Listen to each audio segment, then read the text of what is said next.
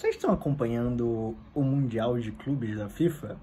Eu tenho acompanhado mais do que deveria, mas menos do que gostaria, confesso. Bem, eu digo mais do que deveria porque o meu time não está lá. Vocês sabem, eu sou um corintiano roxo, sou alguém que defende a ortodoxia cristã, que é torcer para o Corinthians.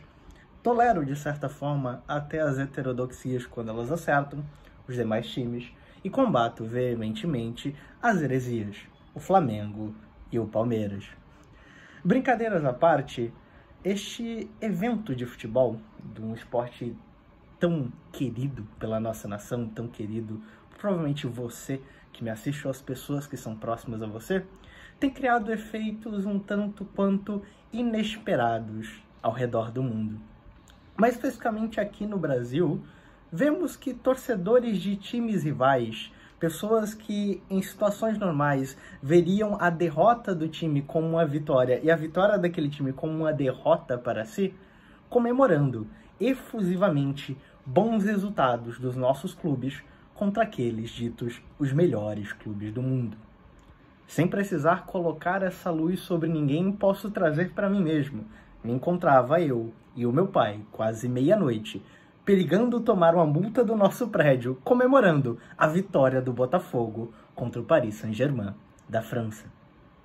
Imaginem só que coisa incrível. Por um momento, por uma espécie de competição que coloca para nós muito além do que simplesmente a nossa fidelidade ao nosso clube do coração, mas a resposta de um futebol colocado de escanteio como o nosso, a resposta de uma localidade no planeta Terra nem sempre tão beneficiada pelos momentos econômicos, a resposta de um povo que quer se reafirmar, não se importando com as barreiras que preferências umas ou outras causam. Ao pensar nessas coisas, ao olhar para esse evento que está acontecendo na nossa sociedade, a esse tipo de reação que eu mesmo tive, me surpreendendo, me lembro de algo muito importante na fé cristã. Para algumas pessoas pode parecer um tanto estranho que durante a liturgia nós, por exemplo, confessamos a nossa fé com o credo apostólico e que nós oramos a Deus utilizando o Pai Nosso. Isso não é algo que acontece apenas dentro da igreja luterana.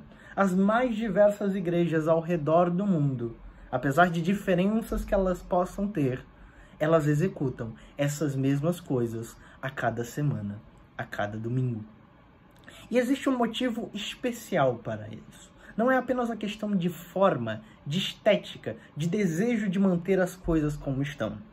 O cristianismo, a cristandade crê verdadeiramente que quando ela ora uma única oração, quando ela confessa um único credo, é como se ela toda se unisse de forma mística para se achegar até Deus.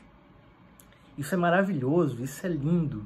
E esse tipo de percepção, apesar de não ser tão comum quando refletimos, está declarado já no início dessa principal oração. Pai nosso que está no céu. As mais diferentes pessoas nos locais mais diversos do mundo, com diferenças até mesmo em suas teologias, se unem e falam com o Pai de uma única vez, de uma única forma, pedindo aquilo que é importante, exaltando o seu santíssimo nome e confiando na misericórdia dele. Até mesmo o credo, que se inicia com uma forma mais pessoal de creio, no final das contas, nada mais revela do que uma confirmação, do que uma confissão daquilo que cremos, para fazer parte dessa grande comunidade, dessa grande comunhão dos santos, a Igreja Cristã. Aliás, ontem estava num grupo de estudos do nosso distrito aqui no Nordeste, e o pastor Erivelto, o pastor de Natal, trouxe esse seguinte detalhe. Ao observar nos evangelhos, é muito difícil encontrar Jesus falando eu, tu. Ele normalmente utiliza o nós e o vós. É da própria forma como o evangelho nos é entregue. É da própria mensagem que Cristo nos entrega. Essa ideia de uma comunidade que se chega até o Pai. Sim, a salvação é individual. Sim, a experiência religiosa também, de certa forma, é individual. Sim, temos que ter cuidado com nossa vida enquanto indivíduo. Mas a vida cristã, da forma plena, é vivida em comunidade. Nos achegamos ao Pai de maneira grandiosa em comunidade. Estamos unidos uns aos outros e estamos, portanto, unidos com Cristo em comunidade. E nesse momento, nesse local, já não existe mais tanta preocupação com as pequenas diferenças, mas um abraço coletivo na certeza daquilo que cremos, somos e confessamos. Que possamos, de certa forma, olhar para esse momento no nosso país, na América Latina, em todos os países que não são do continente europeu, e perceber que coisa bonita quando nós conseguimos colocar algumas arestas de lado e nos juntamos e nos unimos em uma coisa só. Algo bom, algo sem grandes pretensões. É apenas futebol ainda, mas é um futebol que une. Na igreja cristã, as coisas já não são mais tão simples assim. Existe sim uma coisa séria acontecendo ali. Não é apenas um culto. O próprio Deus está presente. Receberemos Ele fisicamente na Eucaristia. De certa forma que nós possamos olhar para o nosso momento e refletir um pouco sobre como nós nos relacionamos com a igreja.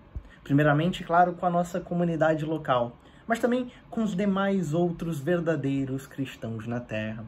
Assim, creio eu que apenas assim poderemos genuinamente chegar ao Pai dizendo: Pai nosso que estás nos céus, creio em um só Deus, Pai, Filho e Espírito Santo, em uma só fé, em um só batismo, em uma só igreja, até que o Senhor venha. Amém.